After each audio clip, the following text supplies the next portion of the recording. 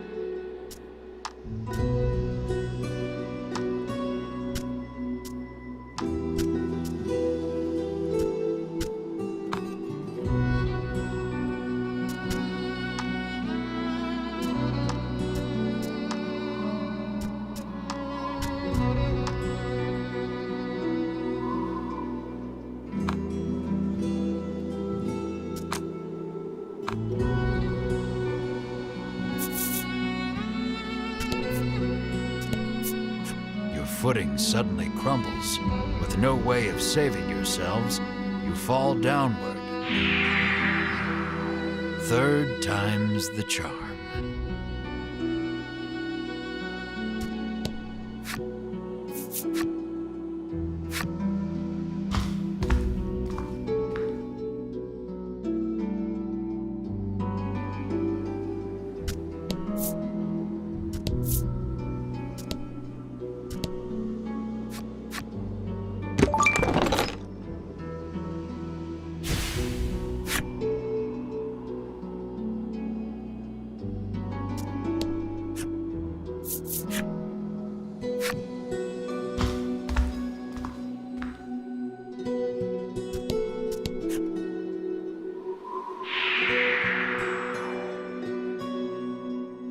It seems like you can return to the floor you were just on, but only once.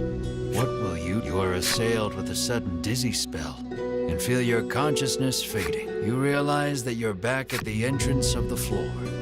That dreadful falling feeling in the pit of your stomach must have been your imagination.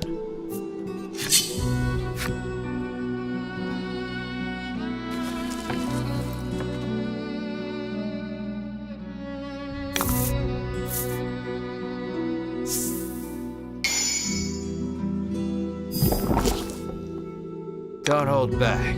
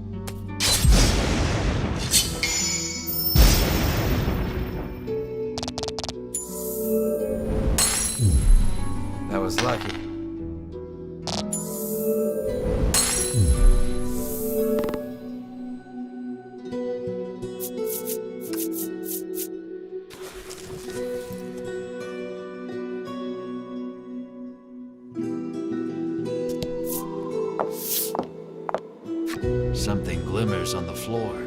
Melanie suggests it might be money. You are instantly upon the shining object, picking it up. Melanie asks why you have such a fixation with money. We were poor, so you begin. Then remember being serious isn't in your character. Leaving your past a mystery, you quickly throw aside the shiny piece of glass and move on.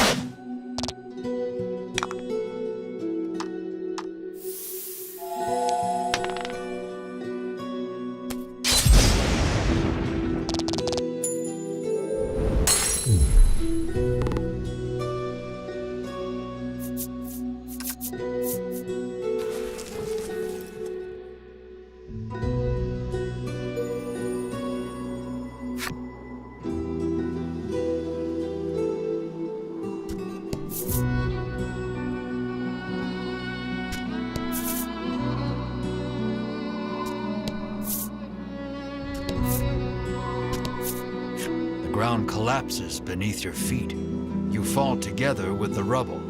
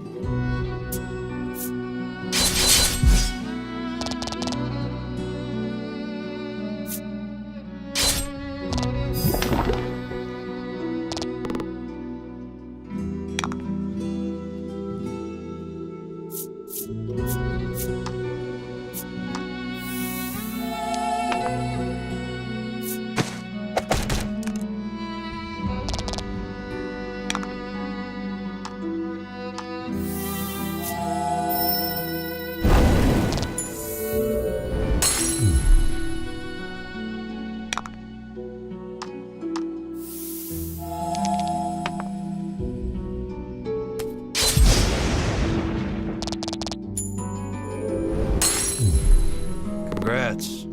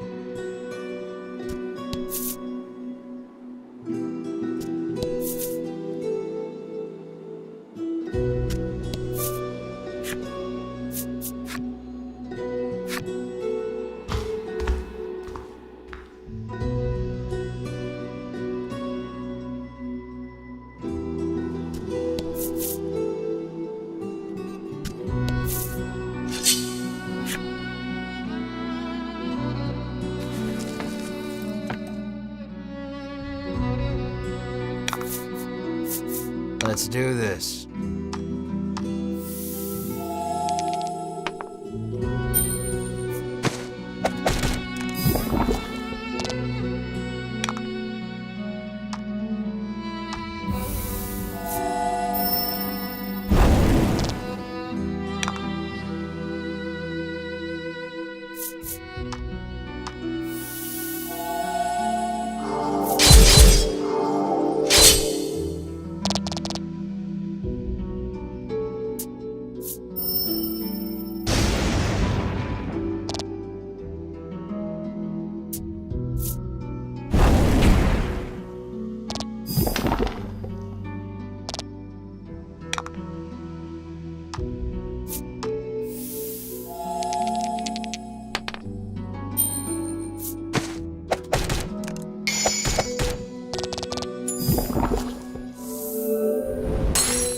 Fortune favors the bold.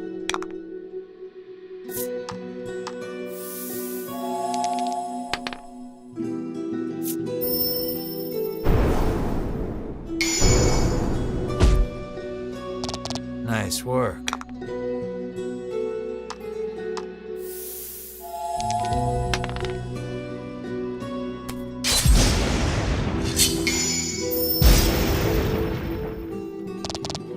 That was lucky.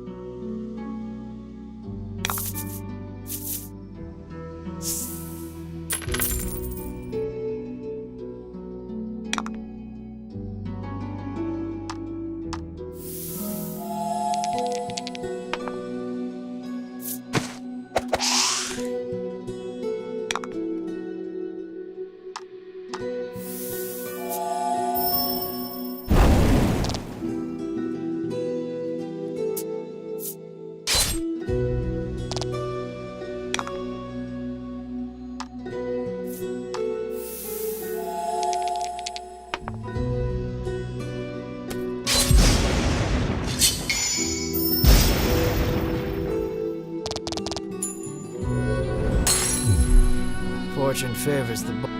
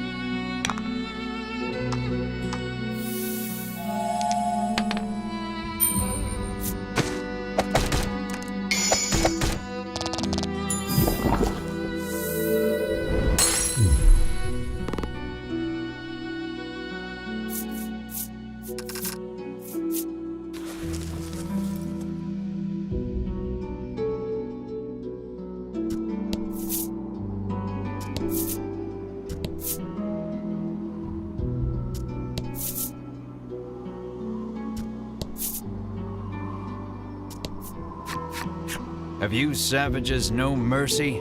The dragon's heart and body have already been reduced to naught, it says. It sounds like he is saying something profound, but you do not understand it in the slightest.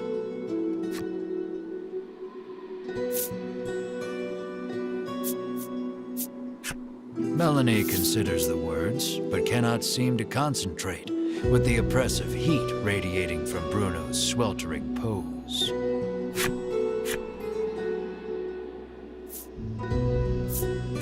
Bruno silently compares his muscles against the monster's, then grins proudly to himself, the obvious victor.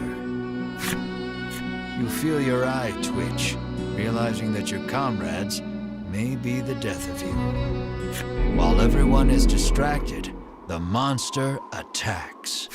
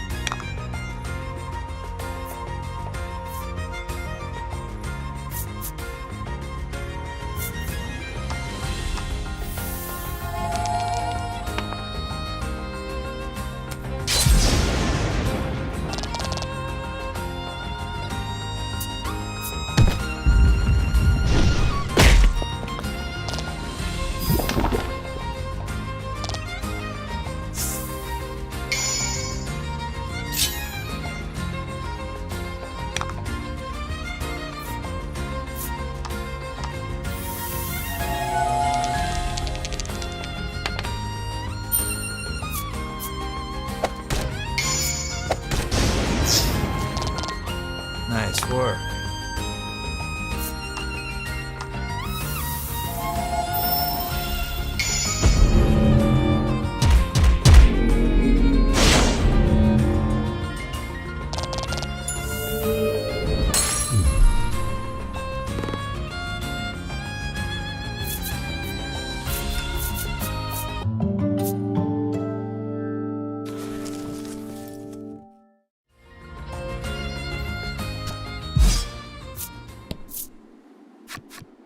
Though the battle is over, you cannot stop thinking about what those monsters were saying.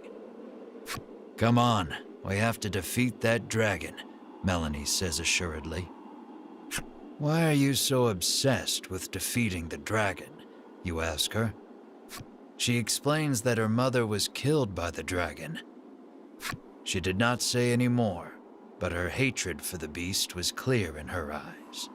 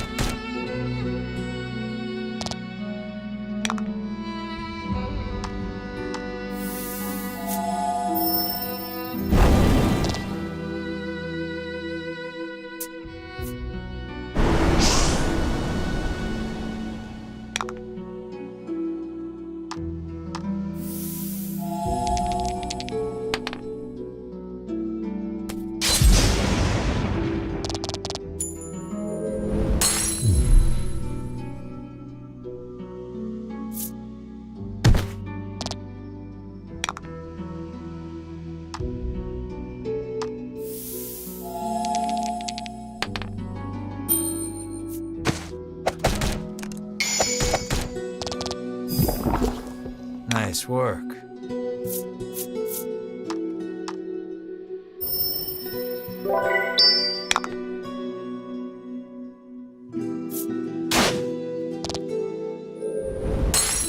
Uh-oh.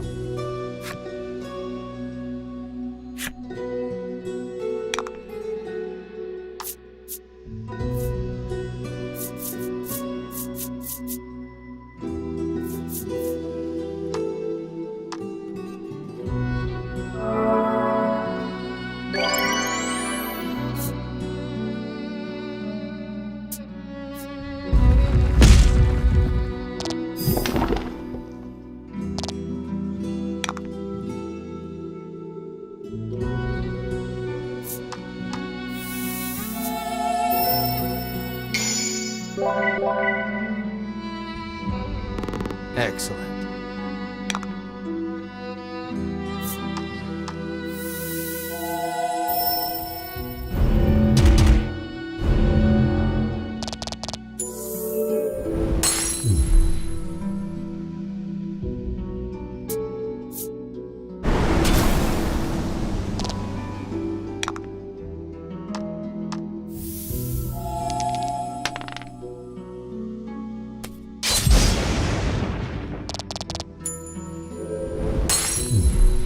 Good work.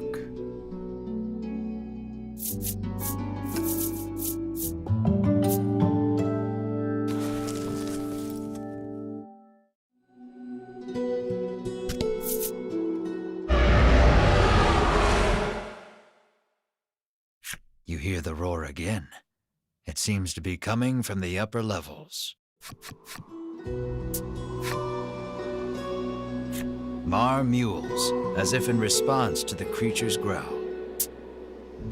Enamored by the adorable noise, you pet Mar on the head. You're obsessed, Melanie remarks snidely, but looks at you two as if wanting to pet Mar too. It sounds like the roaring beast is close.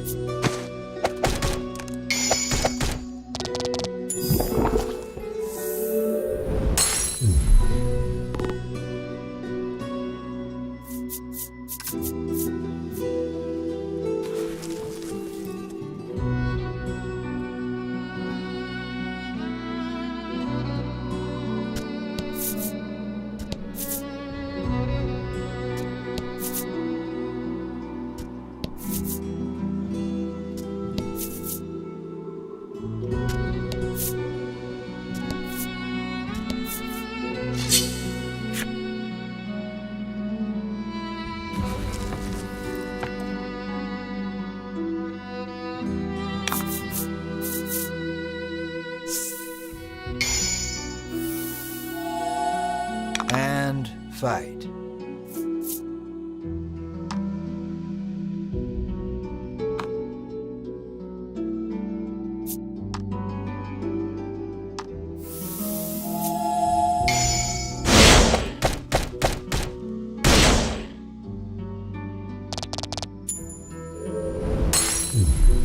That was lucky.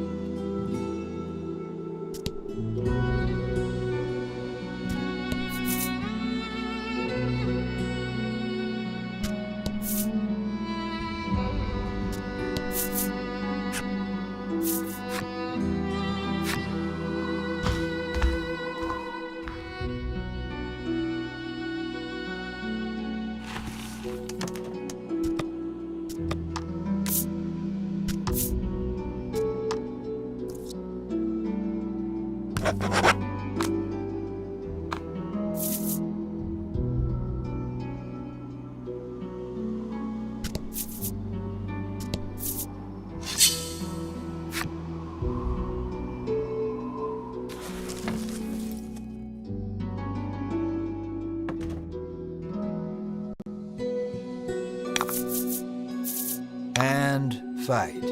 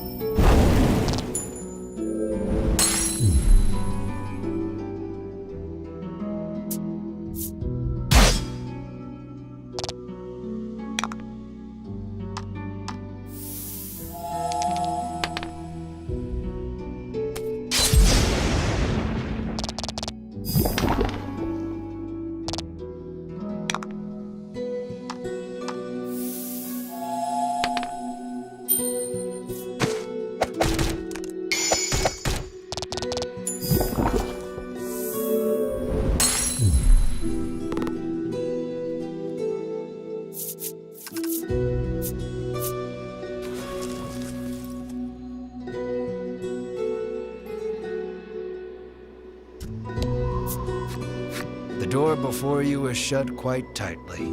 It appears to have a keyhole. The magical key may be of use here. You insert the magical key into the hole and turn. You hear the lock come undone with a loud clank.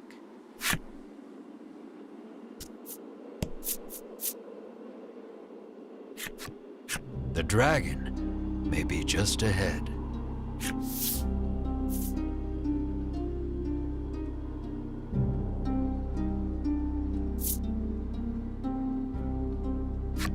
Now we slay the dragon for riches. On your demotivating words, everyone proceeds through the doorway.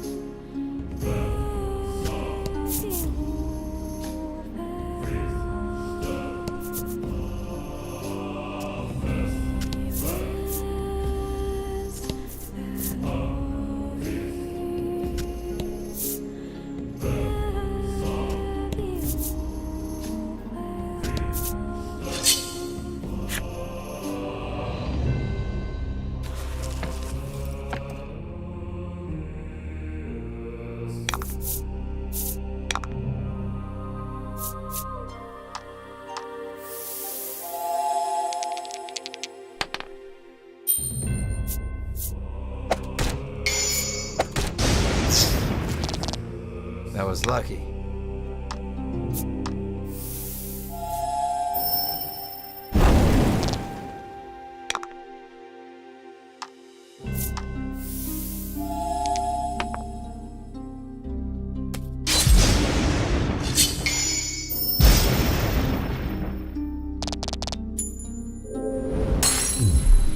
Fortune favors the bold.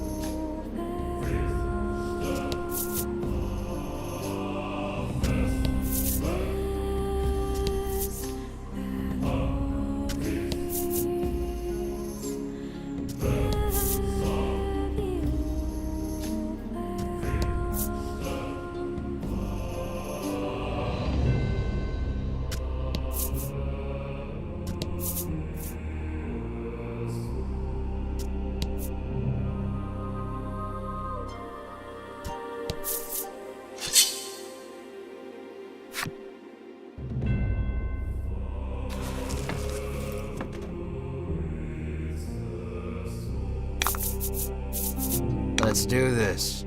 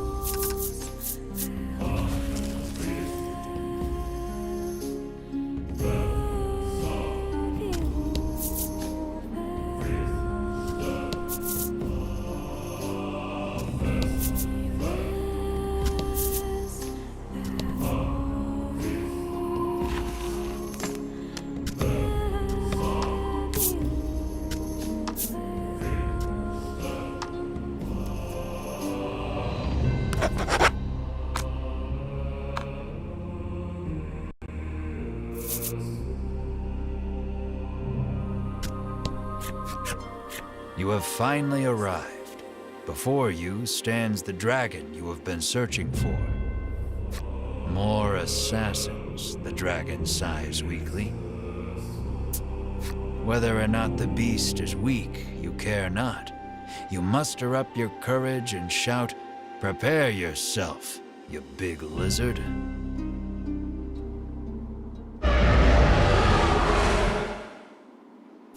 But the dragon's roar sends your bravery flying with the wind.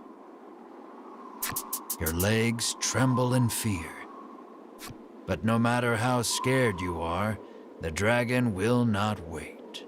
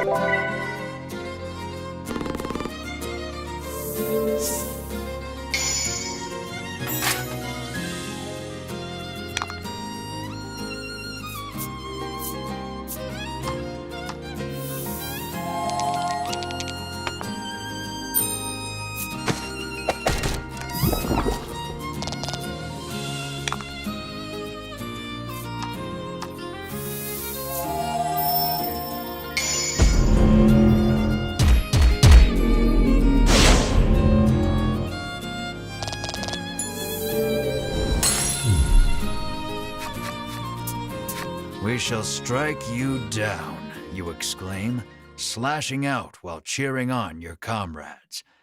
But at that moment, Vince appears. Its wounds healed, the dragon looks more lively than before. You too would be troubled without this dragon, he says, standing in your way. Stop spouting nonsense, the normally collected Melanie shouts. It seems Melanie has lost her composure before her mother's killer. She unleashes a fireball imbued with her hatred. But it is repelled by the dragon's tough scales. And the dragon returns the favor by spewing fire from its mouth. You seem to stand no chance against the revitalized dragon. Melanie looks distressed. Vince climbs atop the beast's back. The flapping of the dragon's wings sends forth one wind blast after the next. Stay out of this, Vince commands, then flies off toward the western sea.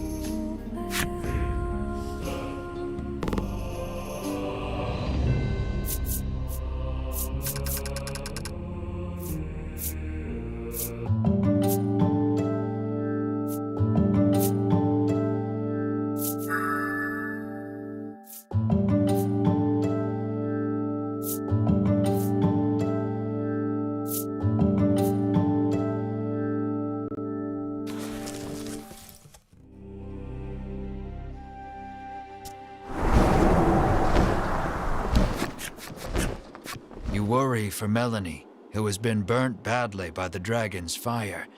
I can't get up, she whispers weakly. Drink this, Bruno instructs, offering her a small bottle. It will help you regain your strength. Bruno claims he drinks it every day.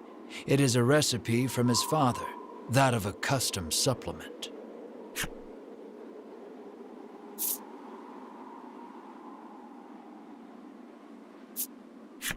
Make her drink it already, you cry, your panicked expression urging Bruno to give Melanie the supplement. Melanie has a bad feeling about it, but downs it all in a single gulp.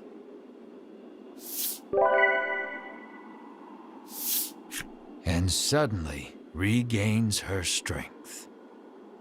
At ease with her recovery, you descend the tower.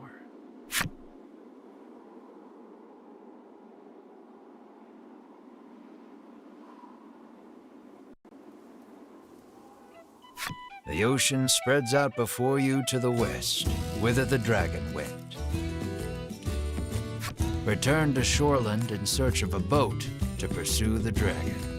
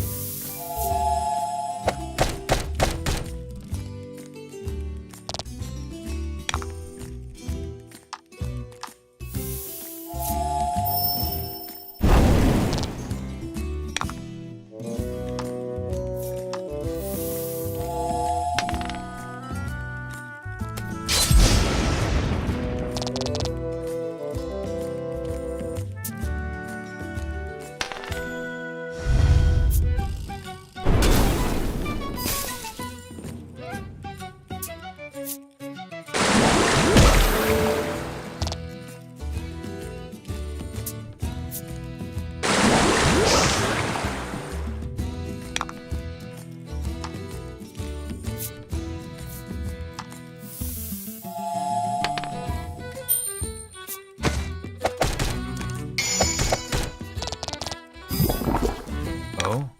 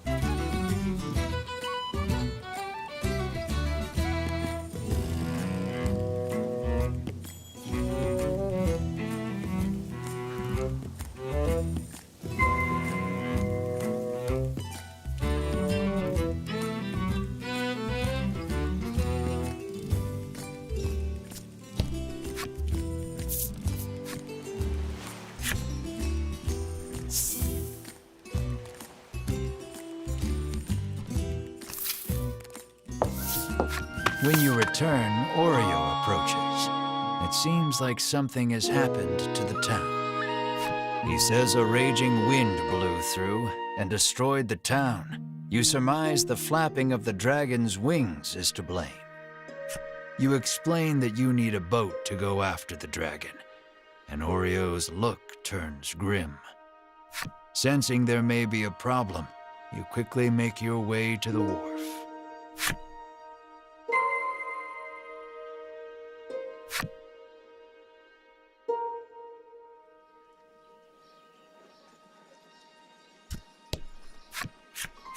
It would appear you and your companions are this inn's 10,000th customers. That means you've won the lifetime of free stays pass.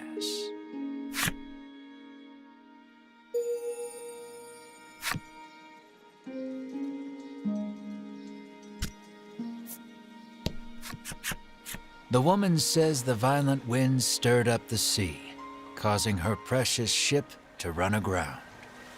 But if you can return her vessel to the water, she will gladly give you a ride. Your brows furrow, knowing that there is no way you could move a ship. Beside you, Bruno stretches, warming up his body.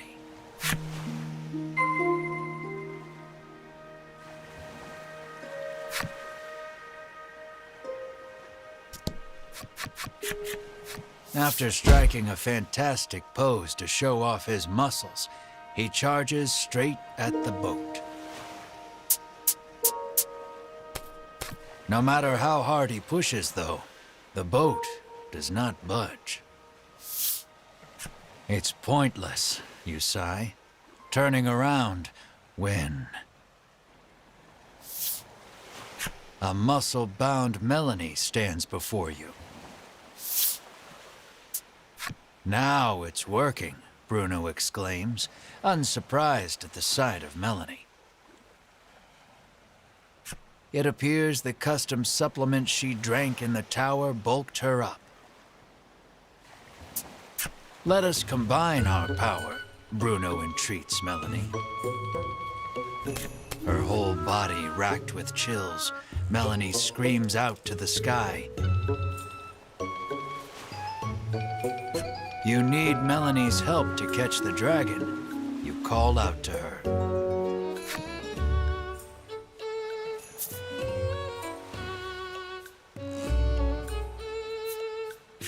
You turn your earnest eyes to her and say, "Please, lend us your strength." But, unable to hold back at the sight of her impressive build, burst into laughter. But in the next instant, you receive a violent punch to the face and are sent flying. You hear your bones creak in a way you've never heard before. But afterward, the two muscle-bound forms work together and return the boat to sea. I will never be a beautiful bride like this, Melanie mutters sadly. You're wrong, Bruno exclaims. Those muscles are the most beautiful thing a bride could ever have. At any rate, you leave the port town and follow the dragon.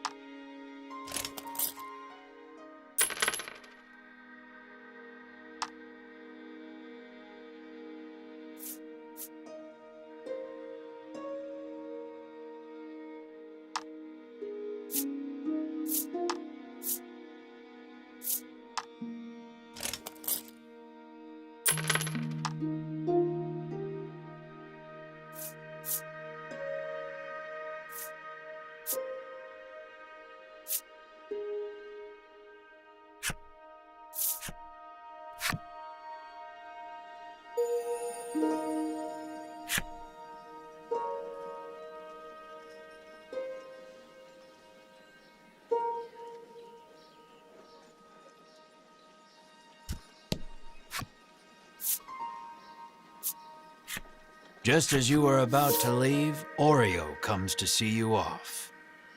It looks like he has something to say. According to him, the dragon flew to the west, where there is an island called Mount Medica. Rumor has it they are actively researching medicine on this island. He thinks he can use their knowledge in his work. Understanding his father's wishes, Bruno nods. Say no more. Mount Medica. Something stirs deep inside your chest, but you blame your imagination and board the boat without another thought.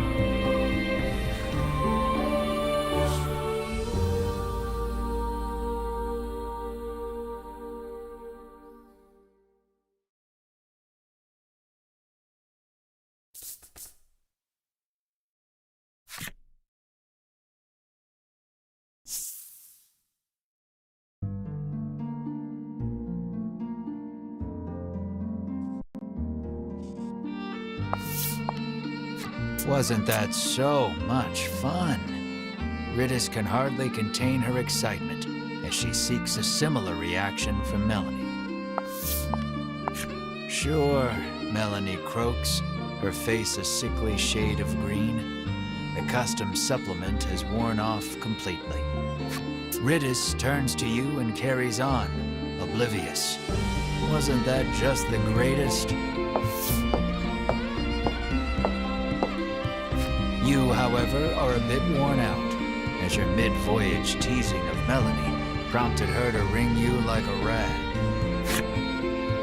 Your first order of business should be a sweep of the island to ascertain the dragon's whereabouts. Tread carefully, as danger lies in the unknown. A road stretches west from the docks, suggesting the presence of a house or settlement at the other end.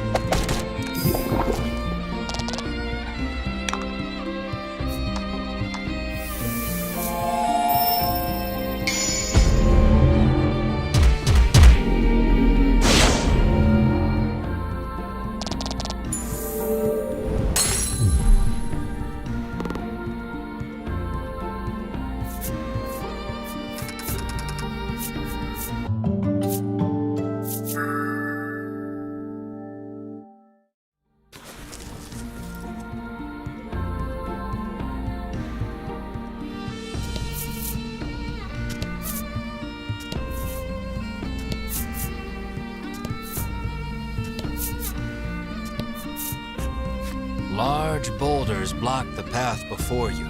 Alas, you must turn back.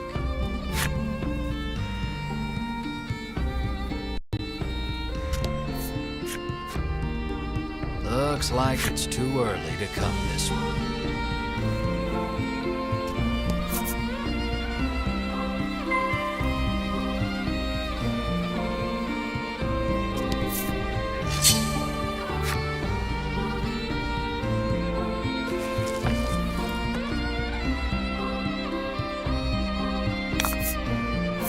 And fight.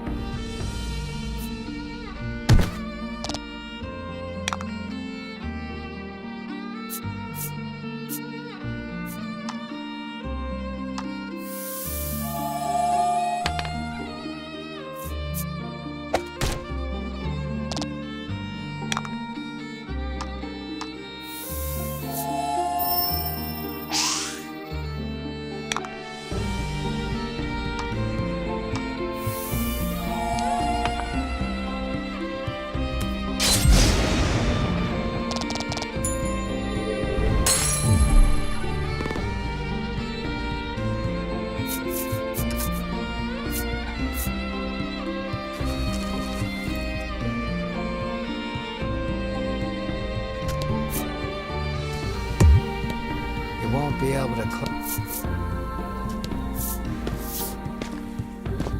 You take the lead, taking in the island's scenery. It all looks unsettlingly familiar to you. A white hot streak of pain shoots through your head, feeling as though your skull will split in two. You grab your head as if holding it together and drop to your knees. The searing pain erases any hope of recalling the memory that felt primed to return to you. Beads of sweat are pouring off you now as you struggle to keep your head in one piece. Drink this, Bruno insists, offering you a bottle of headache curative.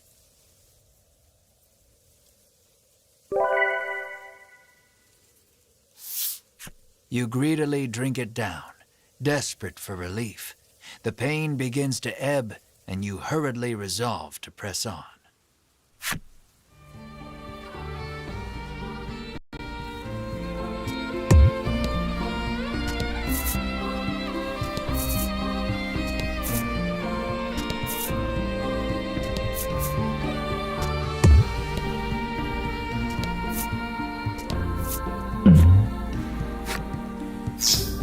A monster appears.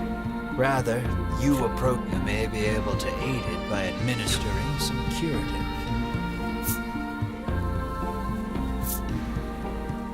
You would help it if you could, but you have no curative on hand. Unable to do anything more, you keep walking.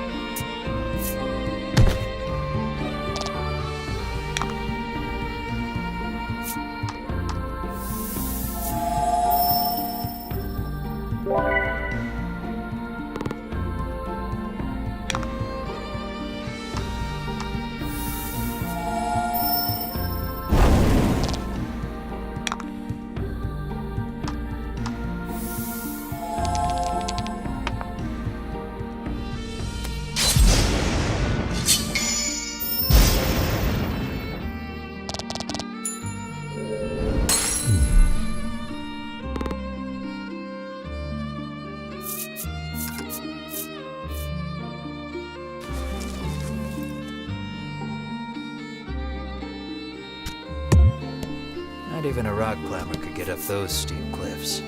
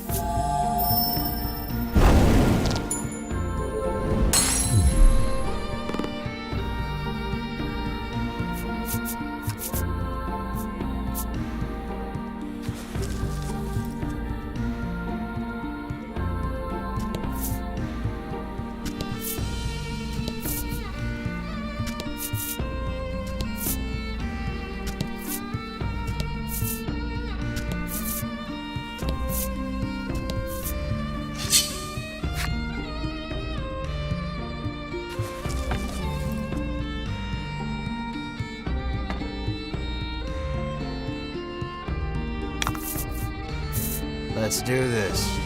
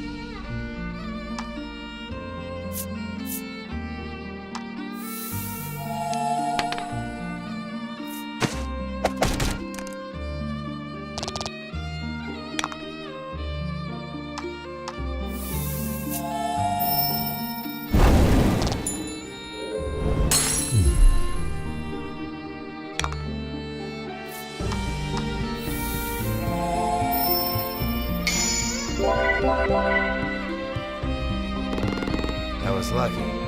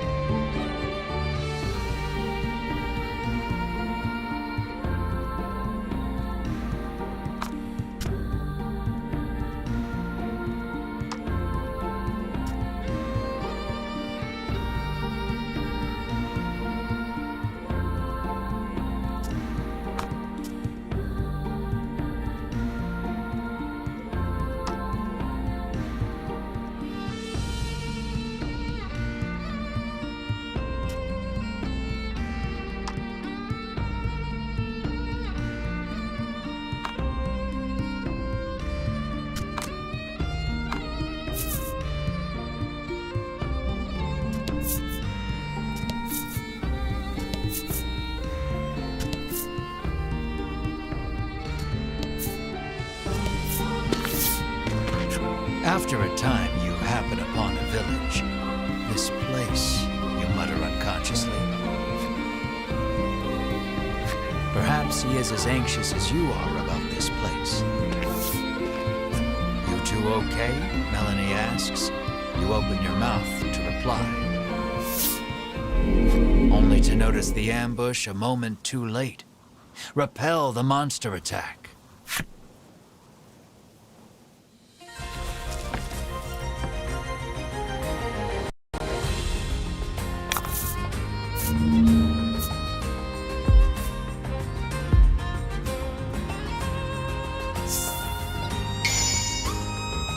Let's do this.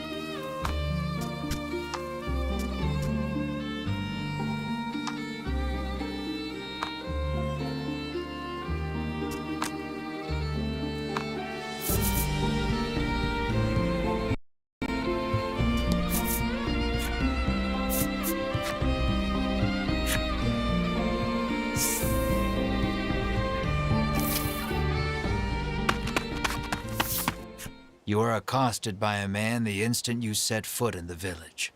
Medicine, please, he begs. His eyes are glazed over, and his general demeanor unsettling. Should he really have medicine? You give him a glimpse of the medicine. Nothing in this life is free. Your callousness is swiftly punished as the medicine slips from your grasp and clatters to the ground. The man runs off to who knows where, making noises that can only be described as inhuman. You and the party resolve to continue exploring the village, despite the unsettling encounter that just occurred. Something is askew in this village. It would be best to proceed with caution until you can determine what is happening.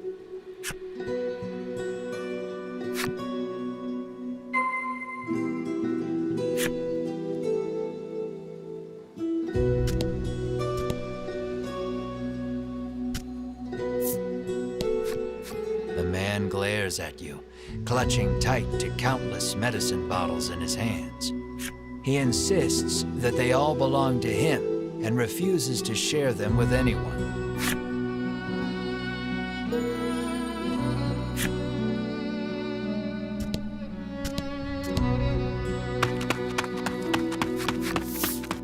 Another villager approaches you. Though his speech is slurred, the demand remains the same: medicine.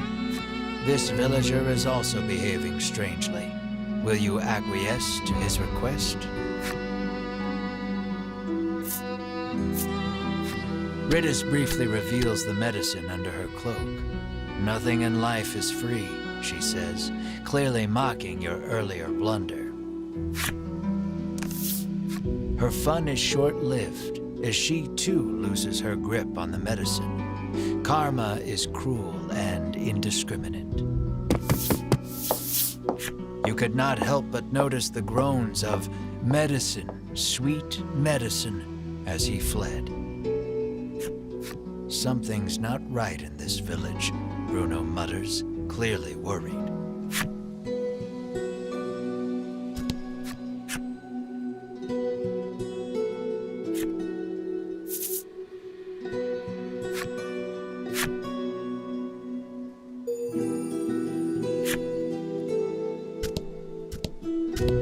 You hear a panicked cry up the road. Stay with me. Focus on me.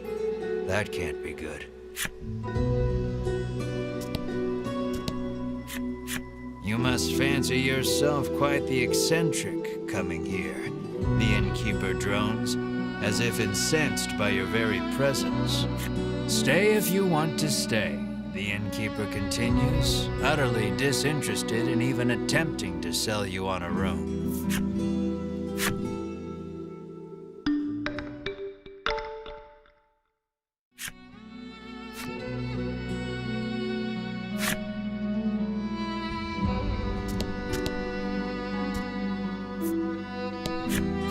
The old man sighs, saying he lost both his son and grandson to the medicine. Not wanting to be the only one left behind, he lifts the bottle in his hand to his lips and gulps it down.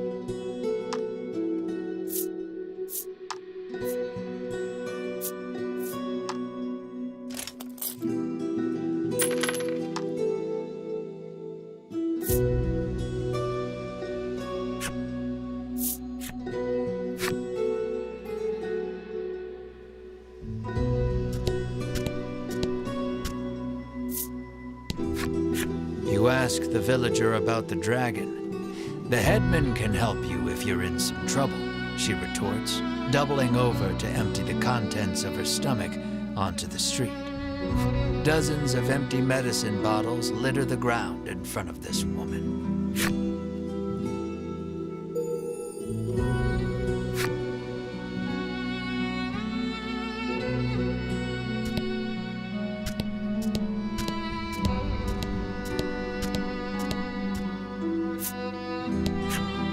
You hail the villager, only to receive a blunt, "Go bother the village headman with your chatter," in return. The villager turns to face the wall once more and smacks his head against it repeatedly.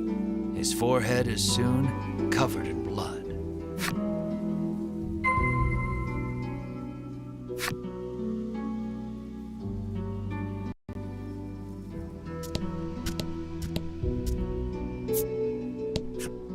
This cursed island is separated from the rest of the world, she mutters from the ground. I heard that outsiders call this place Mount Medica, she remarks, then throws the empty bottle in her hand to the roadside.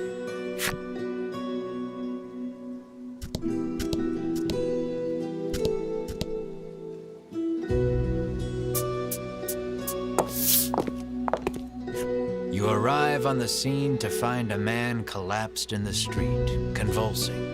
Another man kneels over him in an apparent attempt to provide comfort and care. The nobleman wears impressive white armor befitting a knight. He continues talking to the fallen man as he provides emergency care. Seeing the knight's devotion makes you feel a bit like a putz for doing nothing.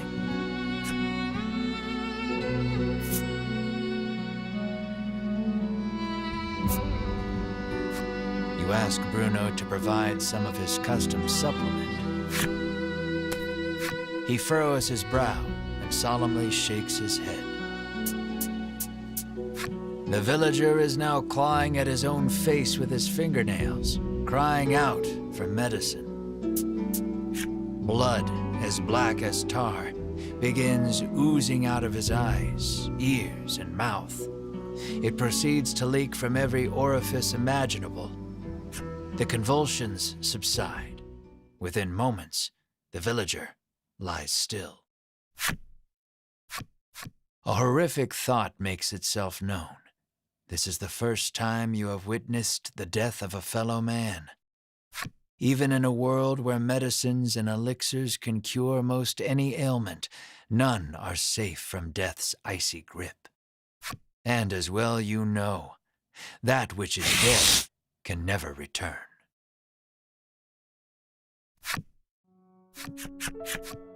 Your mind goes blank.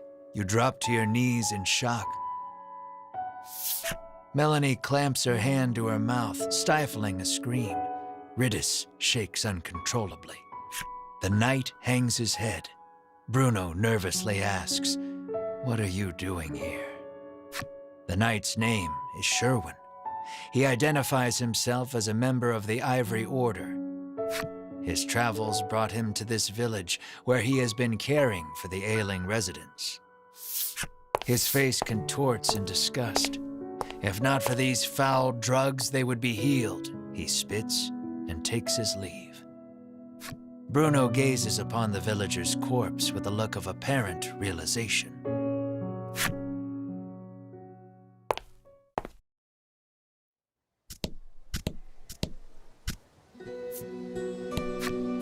You had best get out of here quick, she cautions you.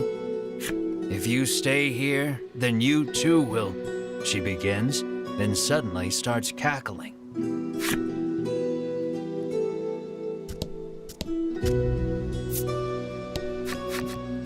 A man approaches you as you wander through the village. Spare a bit of medicine, he asks genially. He sets about convincing you that your kindness will be returned tenfold if you just give him a little from your pack. His silver tongue would put even the best salesman to shame. You reach for a bottle of medicine, completely taken in by his pitch. Bruno stills your hand. I wouldn't do that if I were you.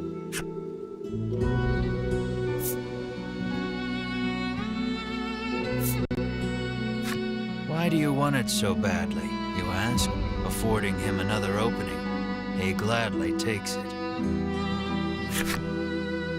He first came in contact with it as a child.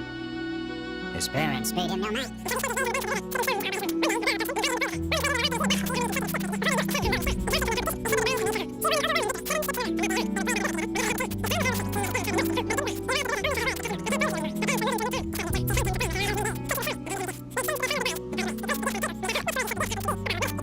And never since forgot its wonderful taste.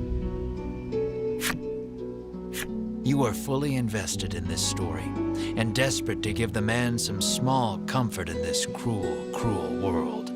You're primed and ready to hand it over. I've heard better sob stories, Melanie says dryly, having somehow absorbed the man's story, despite the blistering speed in which he delivered it.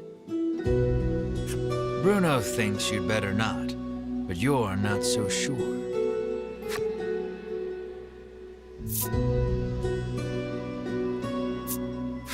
The man smiles deliriously as he watches the bottle enter his outstretched hand. Not one moment later, he is gone. He appears to have dropped something peculiar in his haste.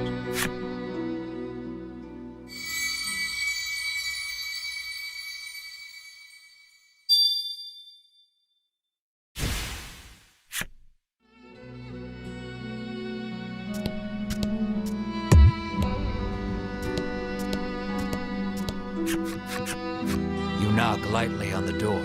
An elderly man opens it, beaming at you.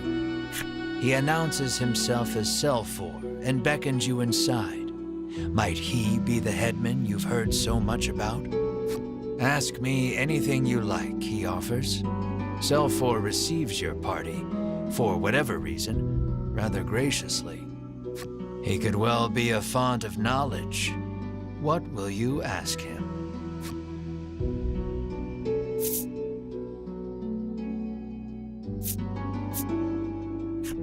You make mention of the village's eccentricities. Selfor informs you that the island indeed suffers from an extreme shortage of medicine. He apologizes for the villagers' incivility. Consider it the price to pay for making the world a better place, he adds nonsensically.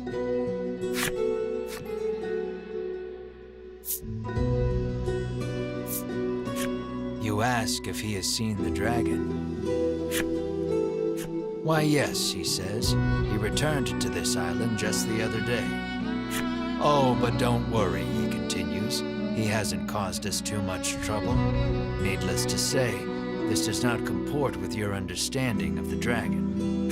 You notice Melanie lift an eyebrow at his use of the word returned.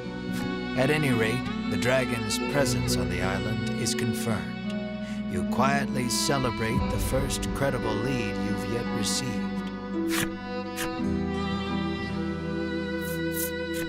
You ask if he is the one in charge of the village. It's true that the villagers call him their headman, but I feel compelled to correct the record and state that my official title is overseer. Your questions satisfactorily answered, you thank Selfor and turn to leave. He asks you to stop. We have yet to discuss the terms of your living here, he declares.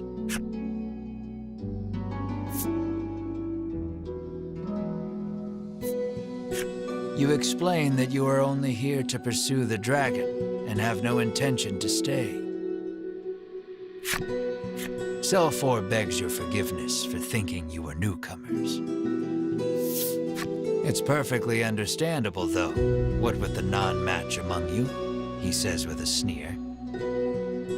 What does he mean by that? Melanie asks you, unable to grasp the old man's intentions. For reasons unknown, you feel the blood drain from your face. Your breathing grows ragged and you break out in a sweat. We're done here, you say defiantly, as you storm out of the house. Mar runs after you, chirping frantically.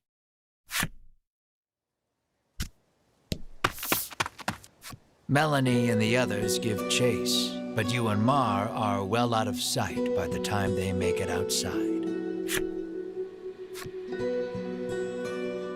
The two can't have gone far, though. It may be best to first search the village.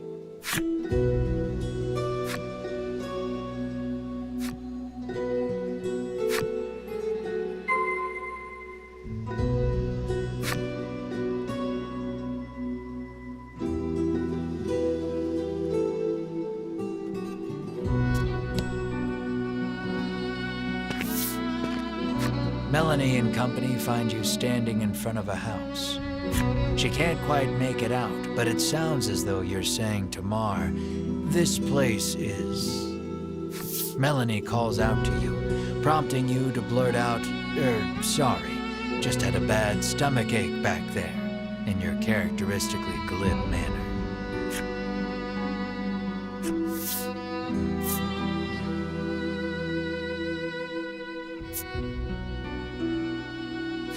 She surveys you both and sees two haggard travelers unwilling to admit they're in need. "Are you sure you're all right?" she asks, concerned. "Fine, absolutely fine," you tell her, perhaps too eagerly. "So you were worried about me," you shoot back. "No, I wasn't," she replies, her face reddening.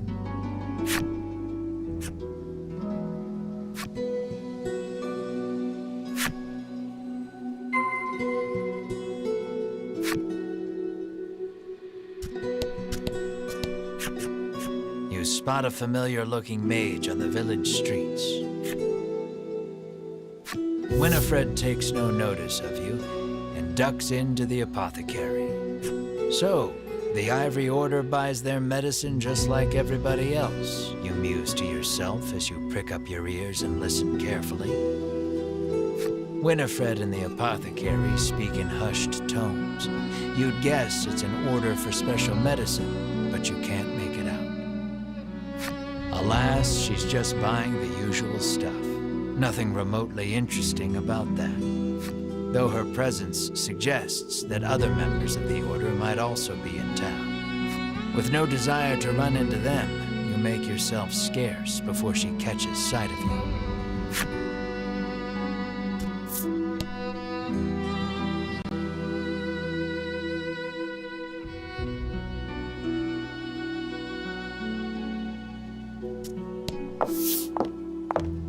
You spy the very people you were hoping to avoid, gathered near the village gate. The last thing we need is a confrontation, you mutter, spying them from the shadows. Why are we always hiding? Melanie hisses under her breath.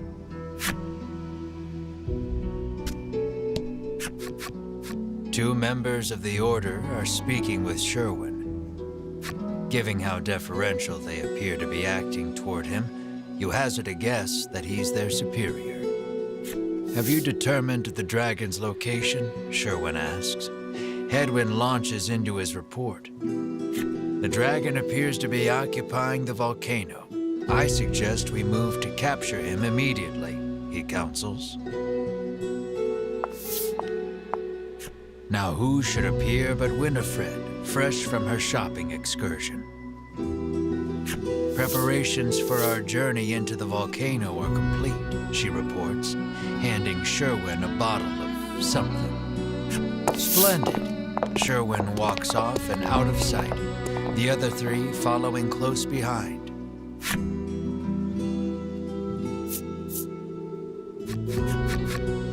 Lucky for you, your hastily improvised hiding spot afforded you valuable information on the dragon. Yet their conversation raised as many questions as it answered. The medicine bottle Sherwin received is probably related to their journey into the volcano somehow. Bruno recalls seeing a bottle much like it once before. He says it contains flash freeze, which can chill most anything. Maybe that's what Winifred bought at the apothecary, Bruno continues.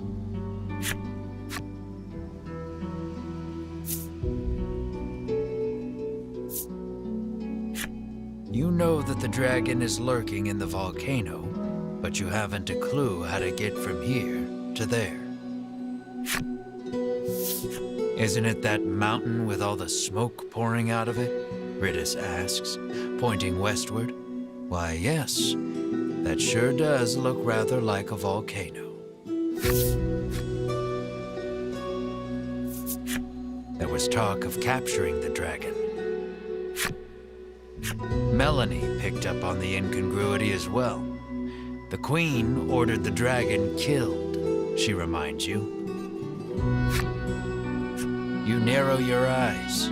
You three have no right being this helpful, you think.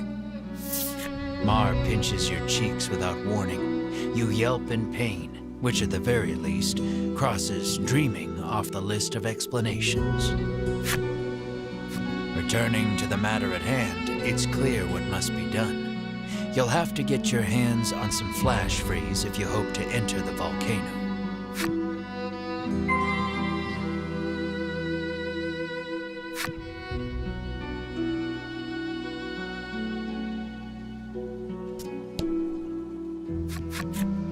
Happen to have any flash freeze for sale? You cheerily ask the apothecary. She flashes a wry smile. How do you steady the roiling magma's flow? She asks cryptically. The meaning behind the question is utterly lost on you. She needs a password, Melanie mutters over your shoulder. The answer, then, would be the password. So, how do you steady the roiling magma's flow?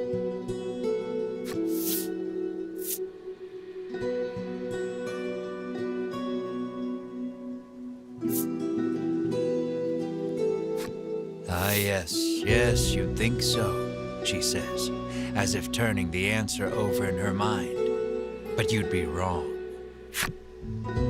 She pulls out her wares, but what you need is not among them. Your password merely granted you entry to the apothecary. A realization confronts your urge to shop. You can't buy anything with the meager money in your possession. So what'll it be? I appreciate your honesty.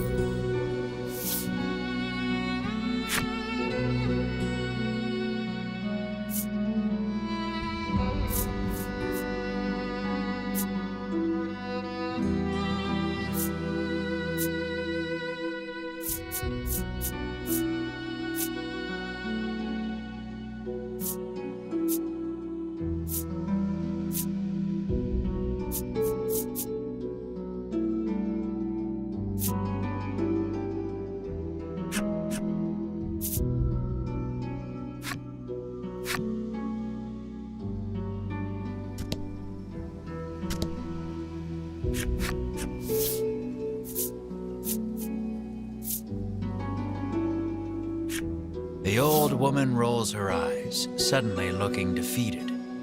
How did you know the answer? Did someone tell you? She mutters bitterly.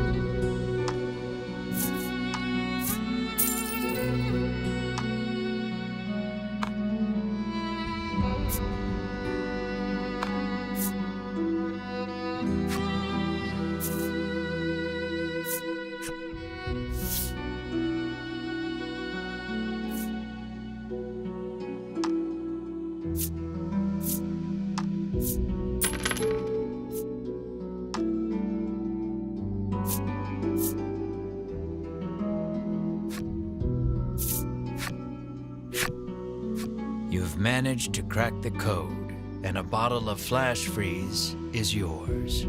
At last, you are ready to enter the volcano. You've got a long road ahead of you, so you had best be prepared.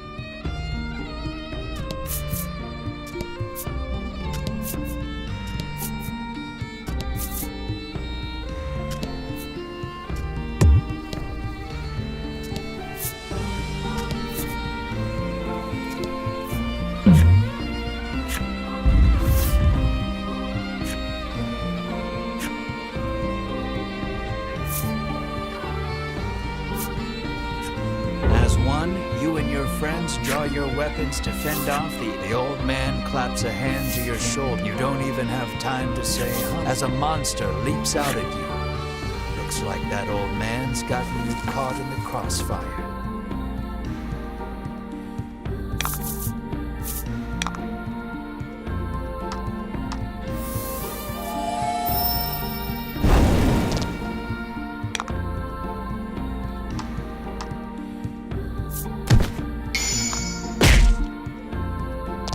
Nice work.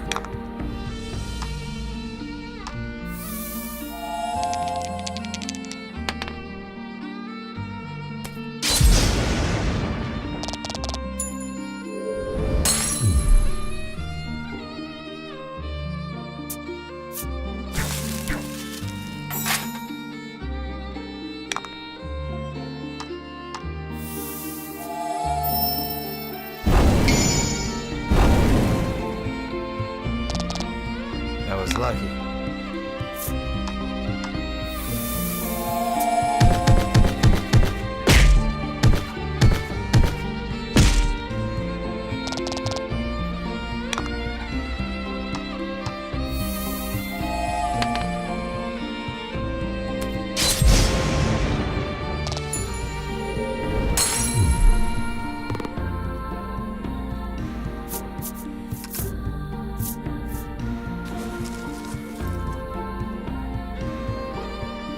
Next time I see that geezer, he's gonna pay, you growl, stamping your boot hard.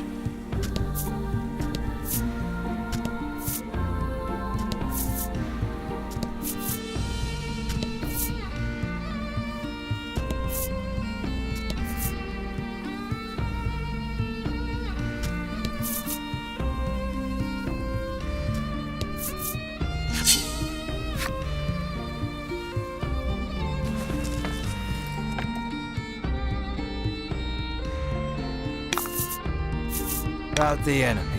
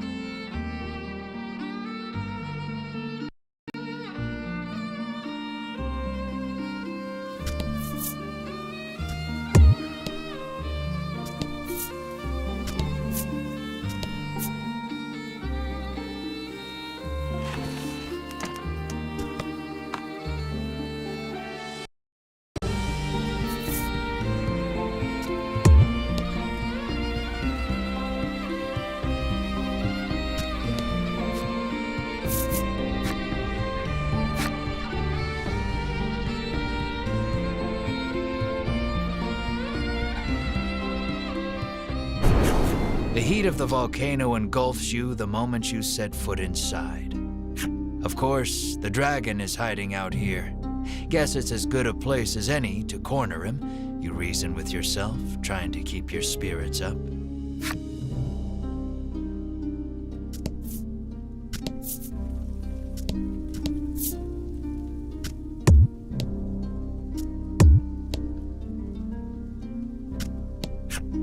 Crossing this river of lava won't be easy.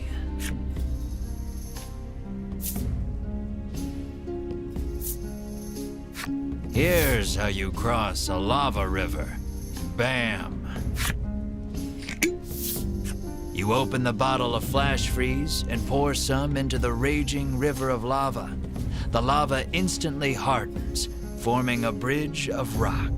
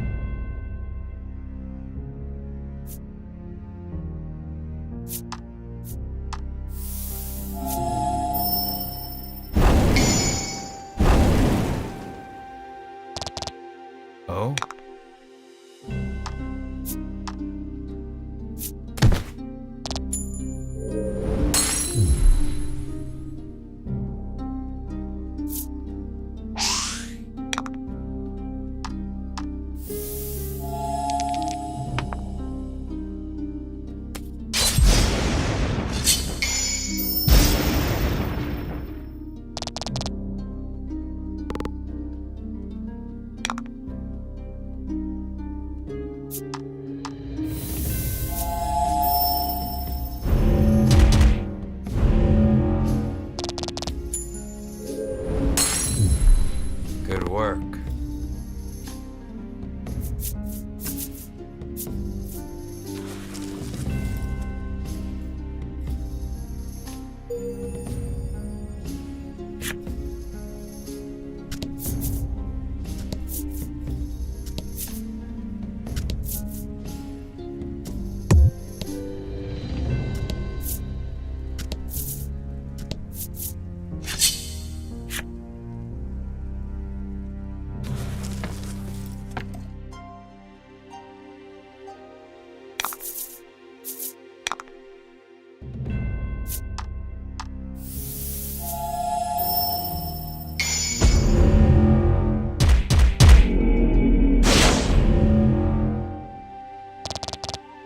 Fortune favors the bold.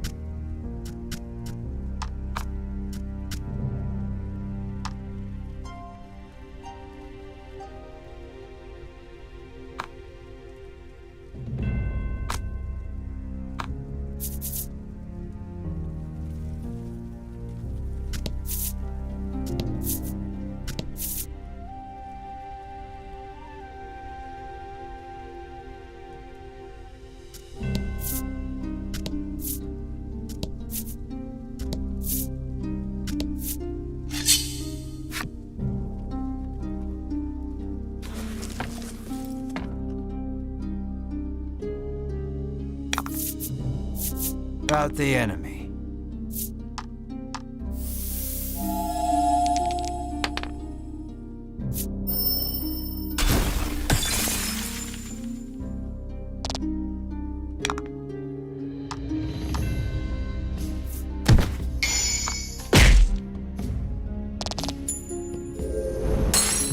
Oh?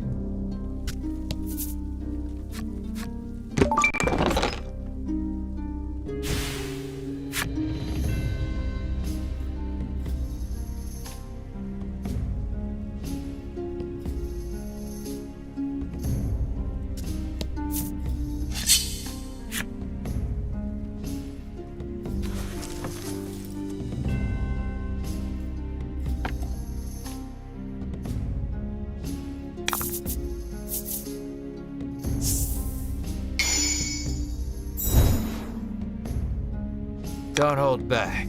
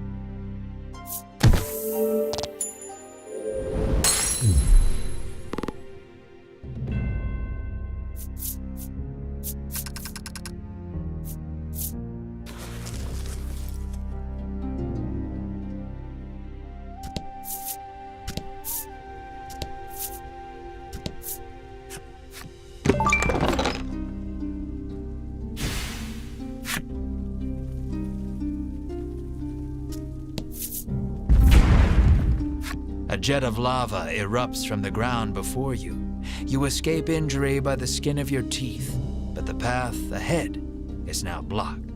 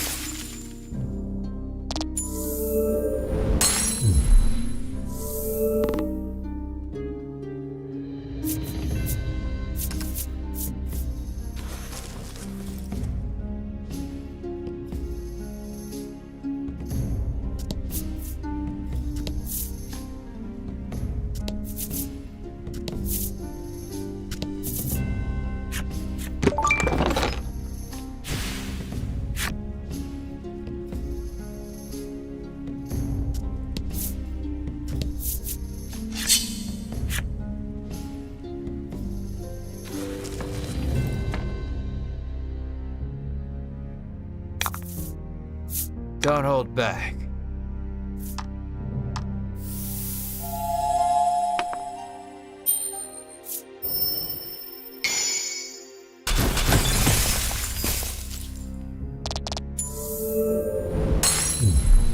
Nice work.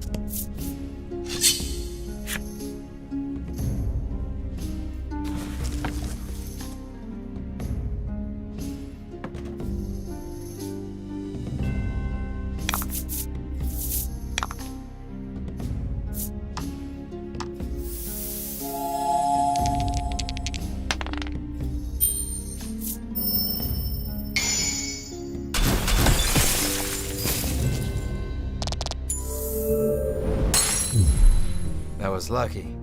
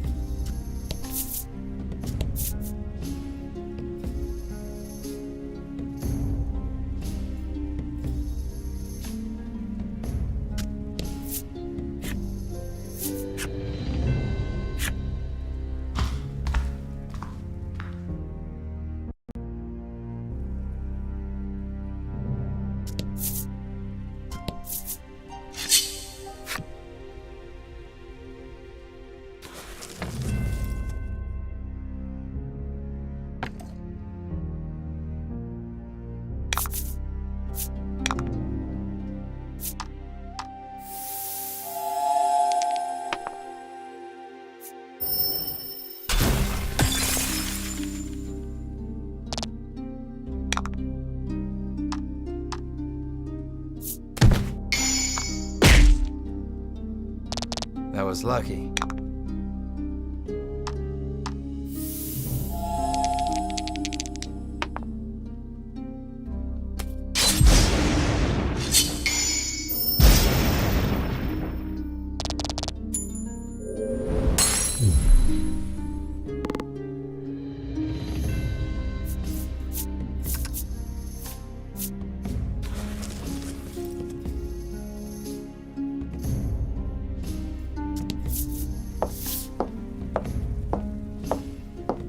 You can't help but chant, "It's hot, so hot," every couple of steps, as if conjuring a spell. You're just wasting energy, Melanie chides. Perhaps you could stand to learn a thing or two from her rational approach. Bruno seizes on the moment. "Yeah, this isn't even worth whining over," he says, flexing at you. "It is way too hot for this," Melanie screams, forgetting her own advice.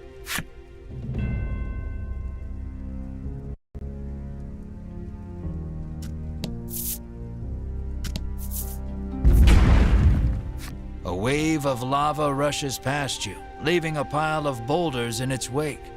You take a fortunate but ungainly fall backwards, but sadly you must find another route now.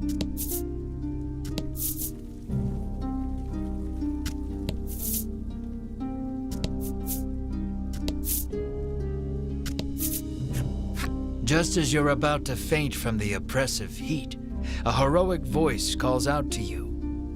You turn and watch with wide eyes as beads of sweat glisten over his muscular body, only snapping out of your reverie when he asks if you're okay. According to the man, conditions will only worsen from here on out. He offers to lend you a comfy sleeping mat and blanket to rest with before continuing your journey.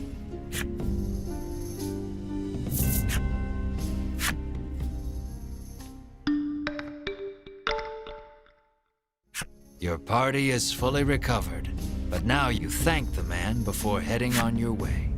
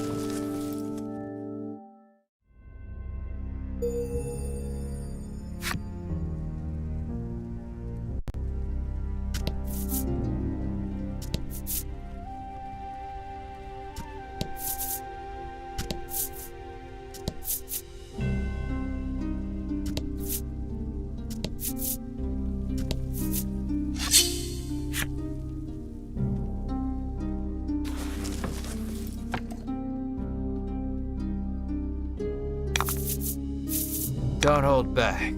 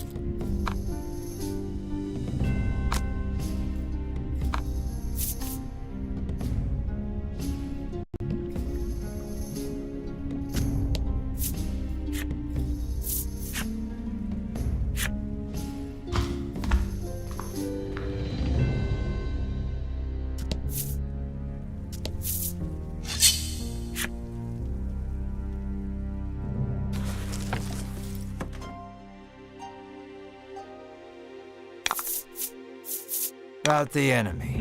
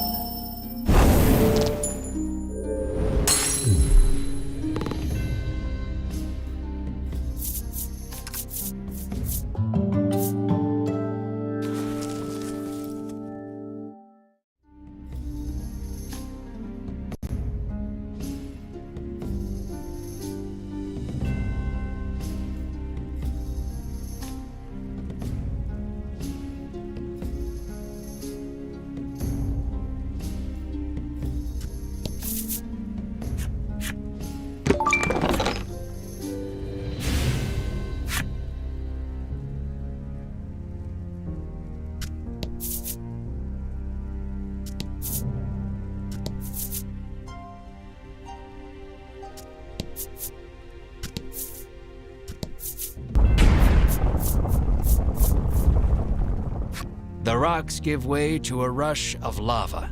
You just barely manage not to fall in. Time to find an alternate route.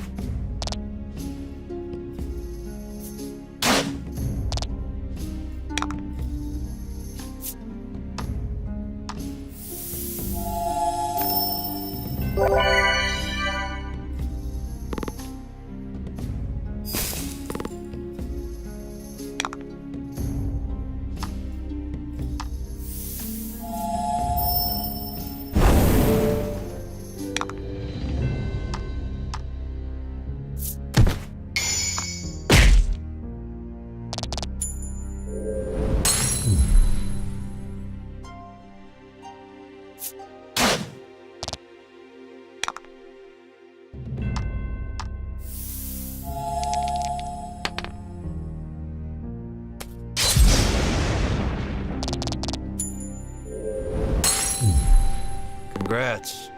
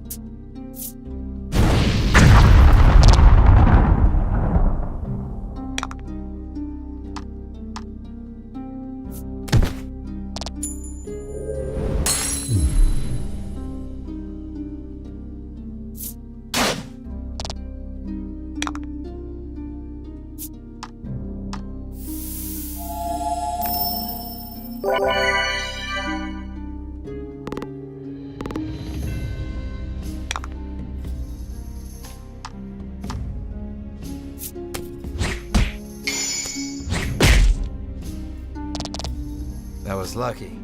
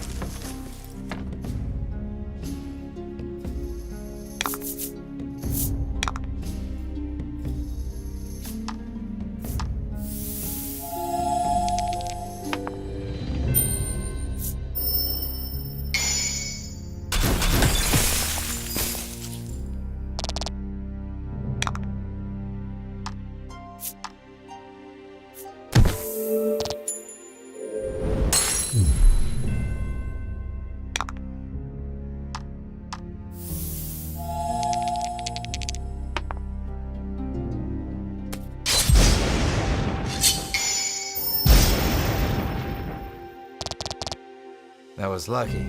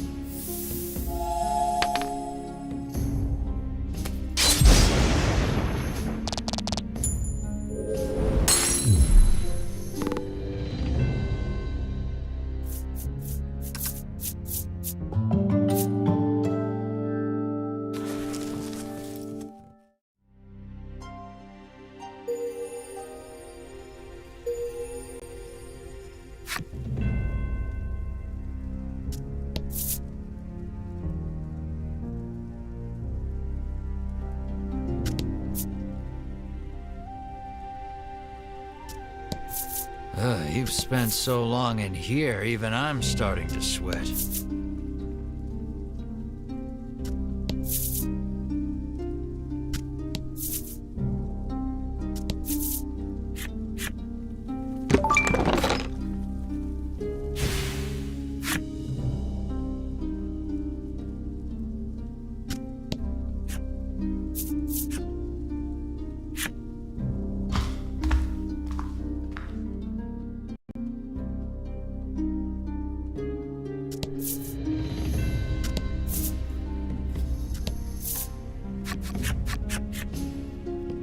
A clump of familiar white outfits comes into view.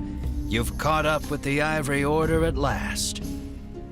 We shall be the ones to fell the dragon, you proclaim loudly to no one, apparently, for the Order pays you no mind.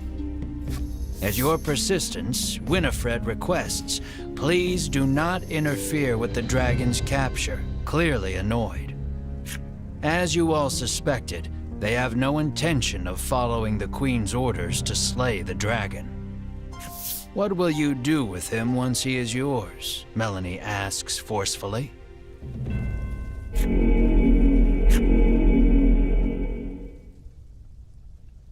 But her answer shall have to wait. The lava bubbles and swirls as monsters leap out onto the rock before you. It would seem the only way out is through.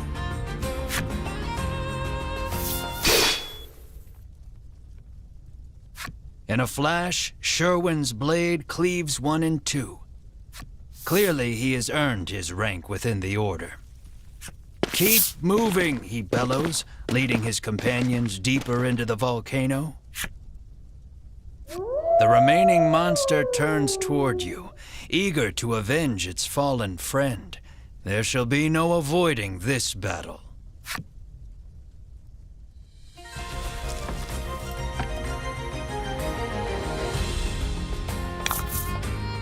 And fight.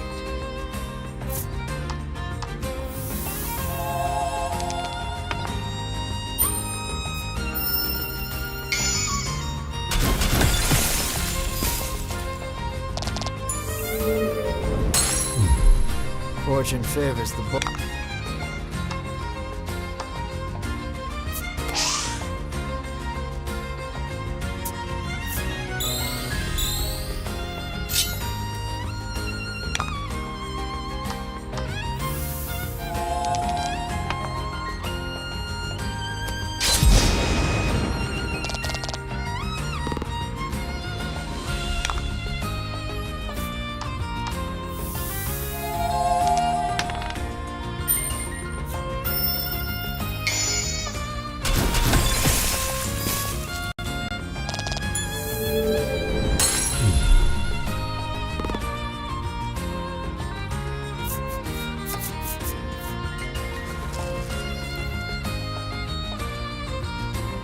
You escape with your lives, but the Ivory Order has put some distance between you.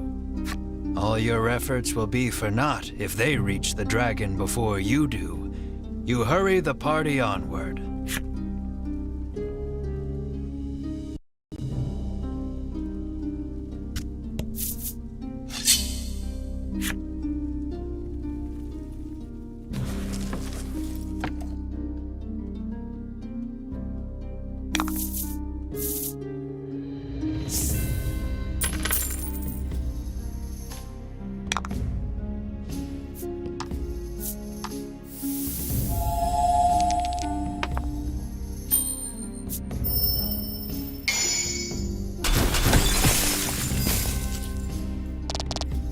Excellent.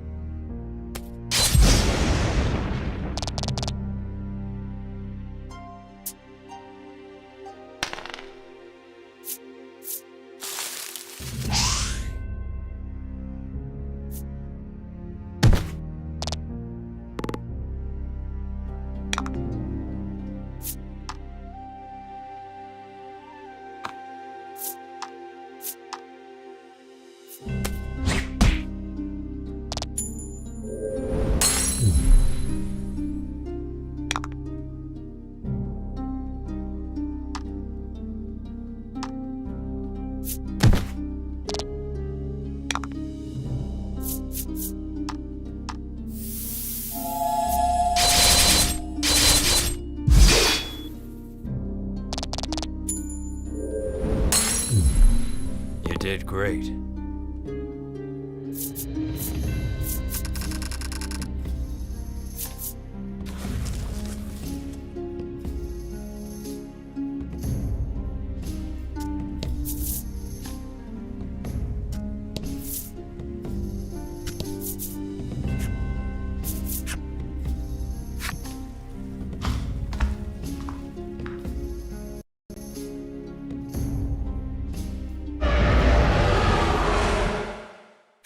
A deafening roar greets you as you set foot on the summit. The dragon must be close.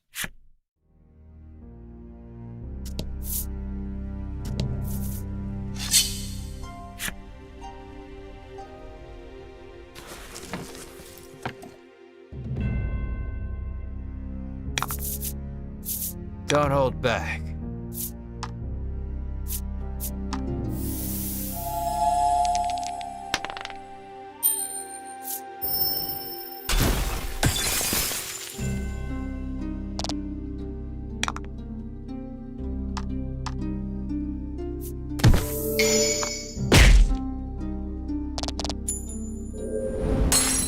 Oh?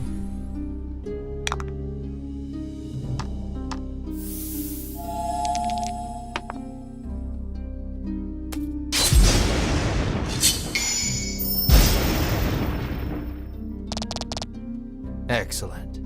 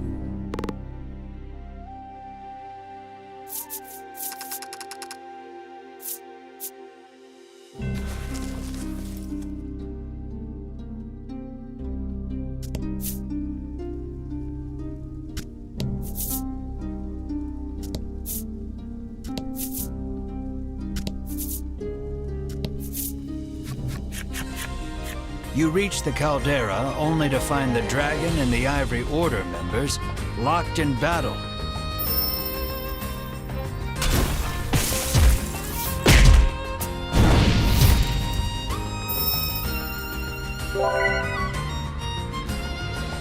Their teamwork is impeccable. With each strike, they drive the dragon further back. Vince is doing everything he can to protect the dragon, but nothing can slow Sherwin and company's advance.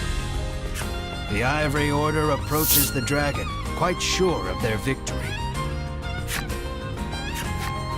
They shall have their quarry at this rate.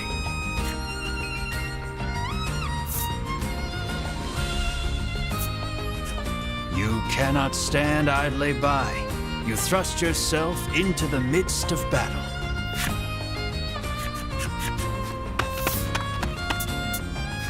We'll be the ones to collect the bounty on the dragon's head, you yell. What vulgar ambition, Hedwyn says with a sneer.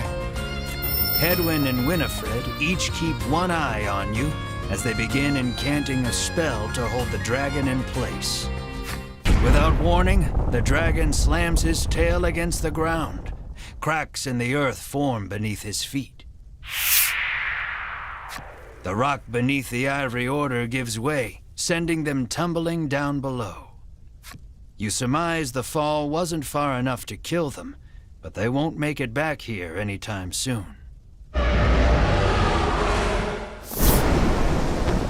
The dragon spreads his wings and flies towards the caldera.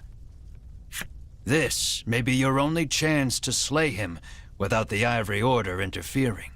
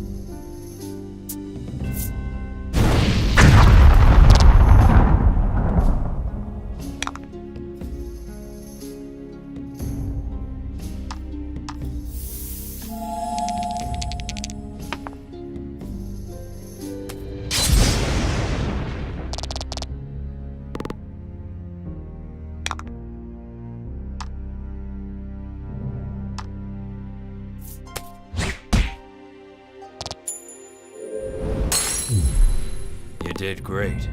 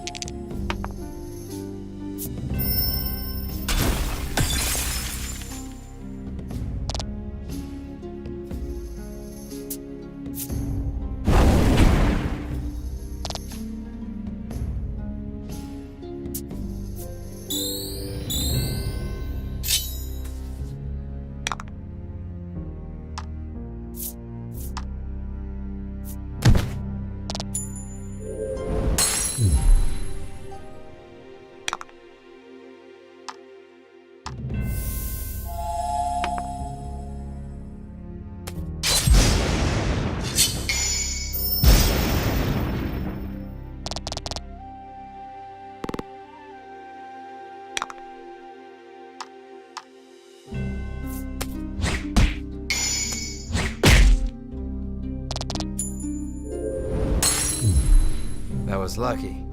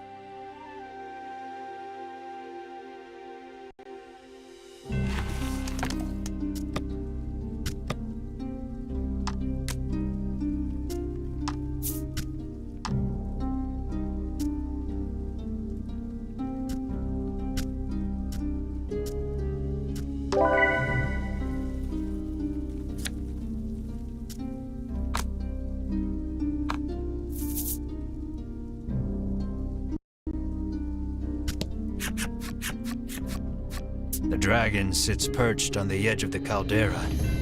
You eye him warily, shouting, "There's nowhere left to run." He lets loose an intimidating roar, but you and your party stand tall, unbowed. Victory is within reach. You have never felt more ready to slay a creature in your life. You draw your sword and charge, blade raised and ready to strike. In an instant, his bodyguard appears before you. You can see the bloodlust inside him as he stares you all down.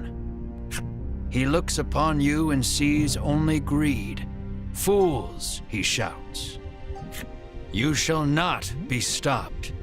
You have your reasons for wanting the dragon dead, and they are enough. They are everything. This conflict is inevitable. You heave your sword toward the enemy, come what may."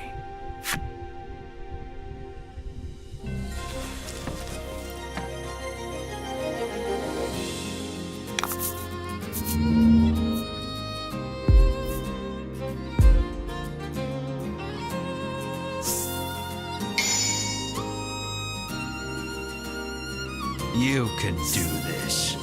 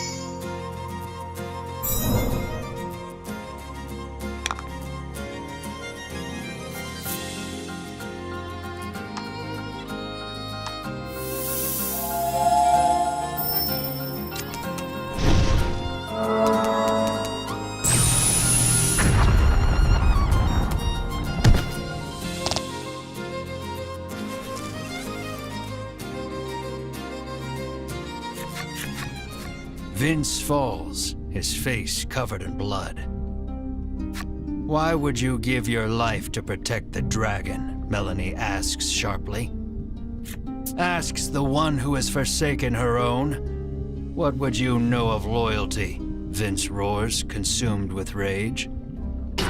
He begins chanting, no doubt preparing to cast a spell. "No, that spell is forbidden," Melanie shrieks. It's too late. A stupendously powerful magic swirls out of the ether, enveloping them both. Vince turns to face you once more, his aura unlike anything you've felt before. You tighten your grip on your sword. There's no turning back now.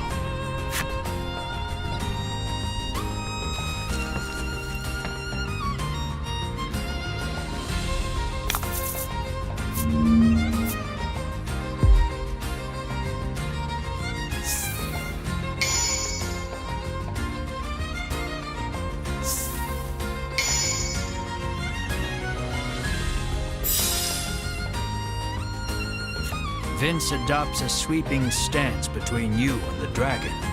You'll have to deal with him first if you hope to attack your quarry.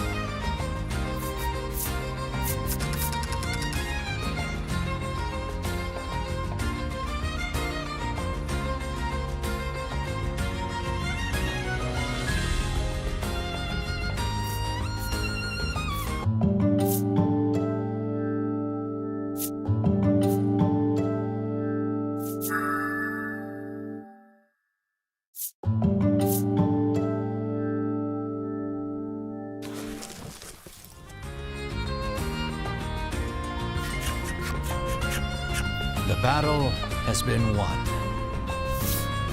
Tears stream down Vince's face. You watch him out of the corner of your eye as you turn your attention toward the dragon.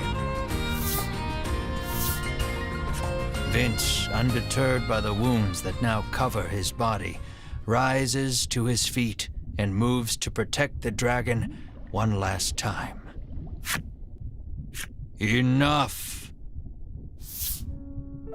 The dragon speaks. He declares that he wishes to see further harm befall none. Then you ought not to have brought harm upon us, you shout, listing off the horrors you have heard on your journey. Vince, filled with righteous indignation, denounces each and every one as a lie. The dragon admits that your prowess in battle and willingness to pursue him the world over have earned you the right to hear the truth about this world. The dragon claims he shares a special bond with the medicine that helps people the world over.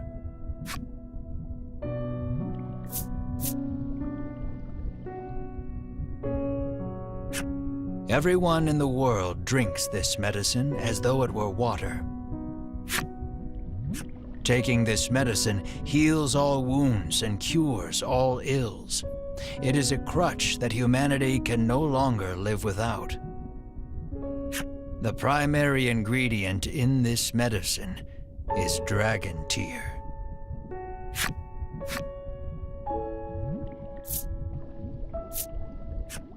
All those who succeeded in capturing the dragon in the past forced him to live a nightmarish existence on this island. They would stab him with several hundred spears. They would slice his scales off with their swords. Every day a fresh horror would visit him in the heart of the island, and every day he would cry out in pain. They then gathered up the dragon tear he shed and used it to produce their medicine. You cast your mind back over your travels, over all the people who sought the medicine and were saved by it. The mere thought that so much good was born of the dragon's torture makes your mind reel. You feel unmoored. No one moves, or so much as makes a sound. His words weigh on each and every one of you. The dragon claims he has grown weary of suffering for the benefit of humankind. And so, he intones, I beseech you, strike me down. You hear only hurt and fatigue in his voice. Comply, and you will fulfill the order that was given you. The riches you have coveted for so long shall be yours. But know that if you do, the medicine upon which people have come to rely shall cease to exist, threatening the very foundation upon which humanity was built.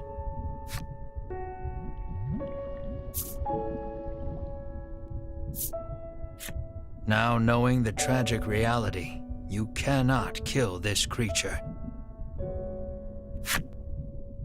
Your heart filled with anguish, you lower your weapon.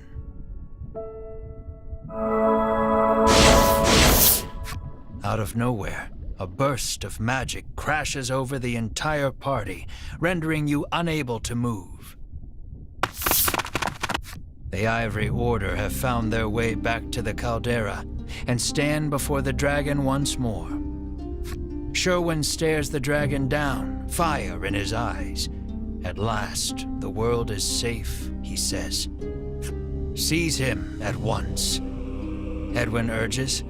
With a nod, Sherwin approaches the dragon.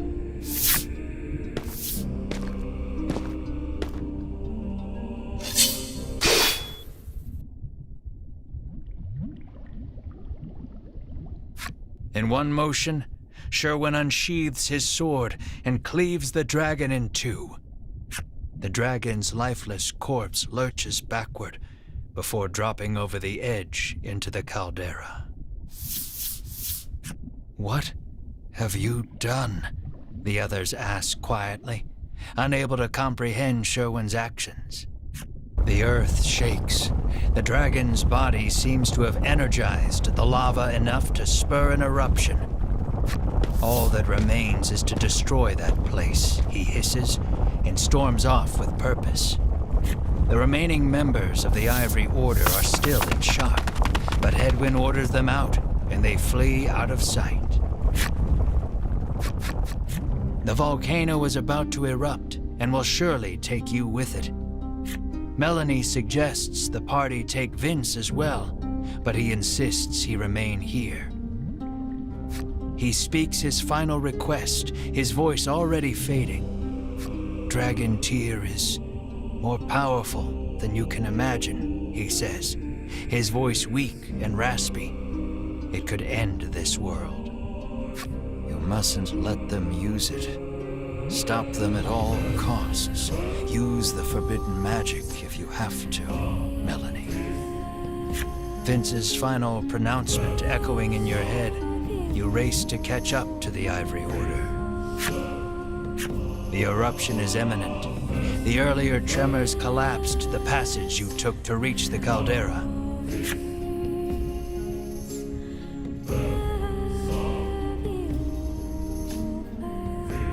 Follow the other passage out and escape before it's too late.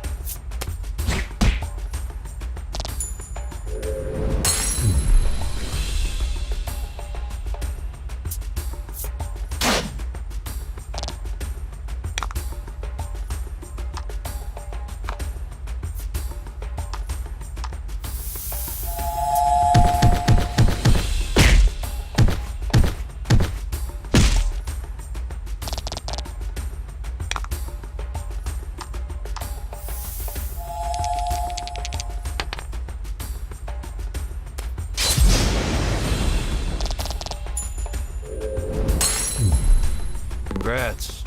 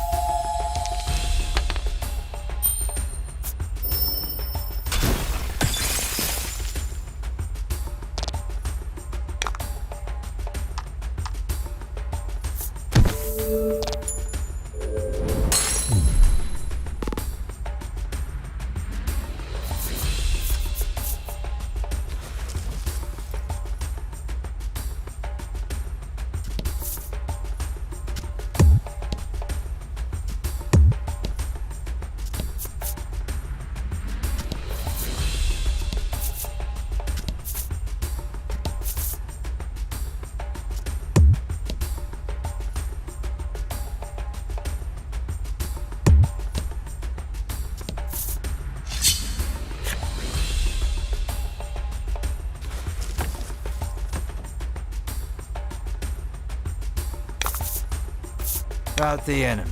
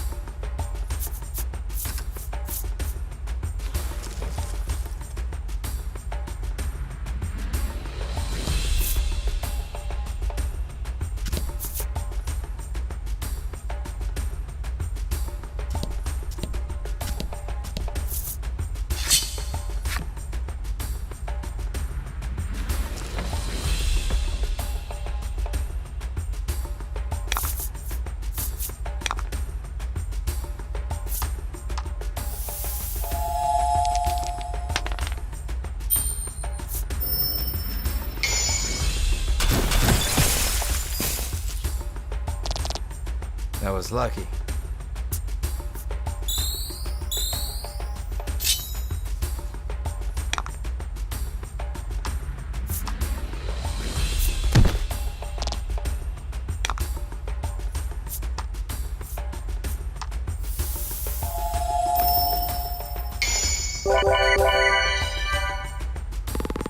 That was lucky.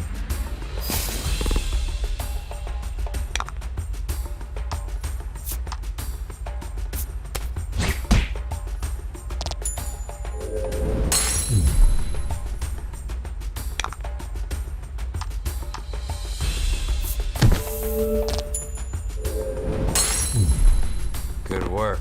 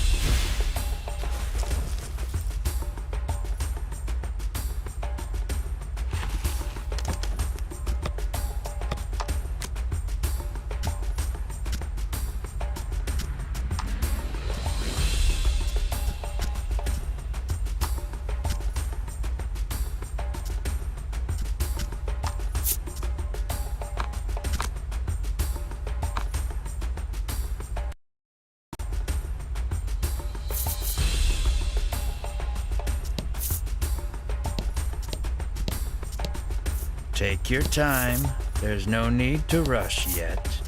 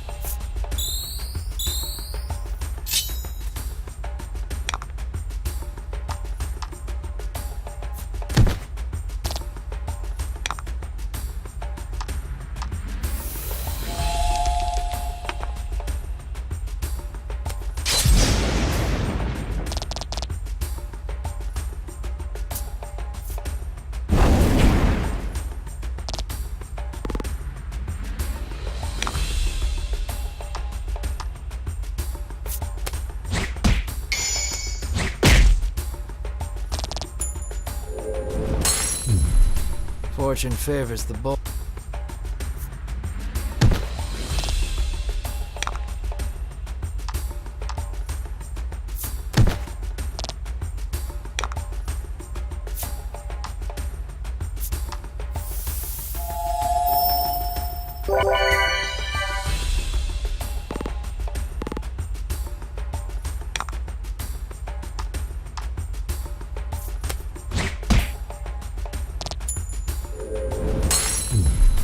Good work.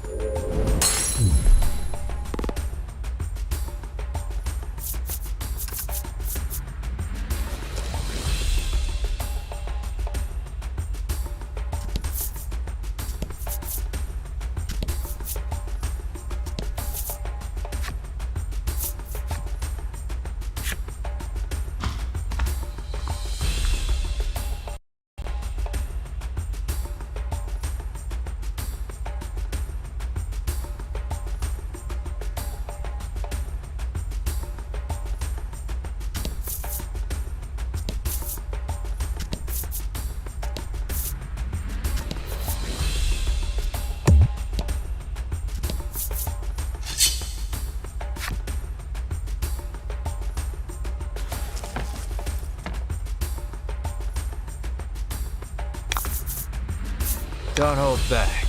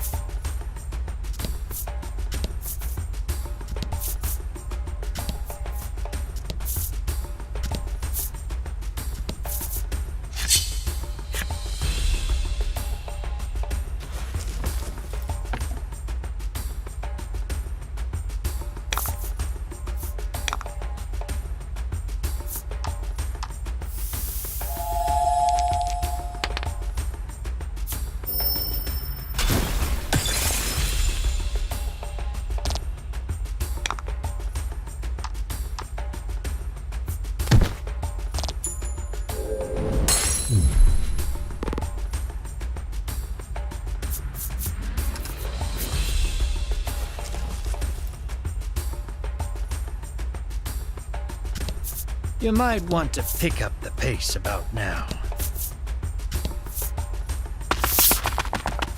You're nearly out. The relief of knowing you may yet outrun the encroaching lava is immense.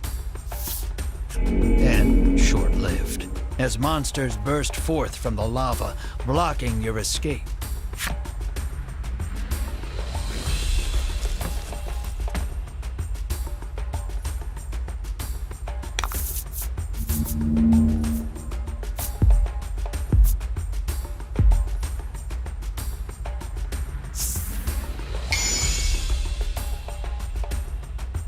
And fight.